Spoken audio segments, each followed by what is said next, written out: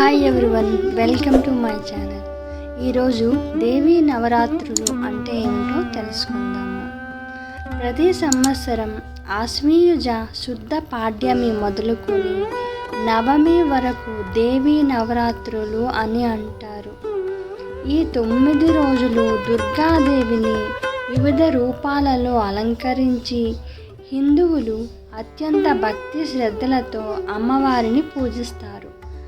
ఆశ్వీయుజ మాసం నుండి వర్ష ఋతువు వెళ్ళి శరదృతువు ప్రారంభమవుతుంది కనుక నవరాత్రులను శరన్నవరాత్రులు అని కూడా అంటారు. ఆశ్వీయుజ శుద్ధ పాడ్యమి నుండి ఆశ్వీయుజ శుద్ధ నవమి వరకు 9 రోజులు దేవీ నవరాత్రులు. 10వ రోజు విజయదశమి కలిపి దసరా అంటారు.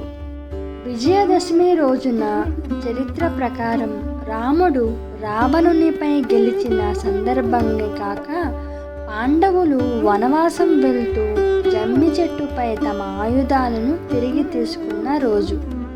జగన్మాత అయిన దుర్గాదేవి మహిషాసురుడనే రాక్షసునితో 9 రాత్రులు యుద్ధం చేసి అతనిని వధించి జయాన్ని పొందిన సందర్భమున 10వ రోజు ప్రజలంతా సంతోషంతో దసరా పండుగను జరుపుకుంటారు. దీన్నే విజయదశమి అంటారు.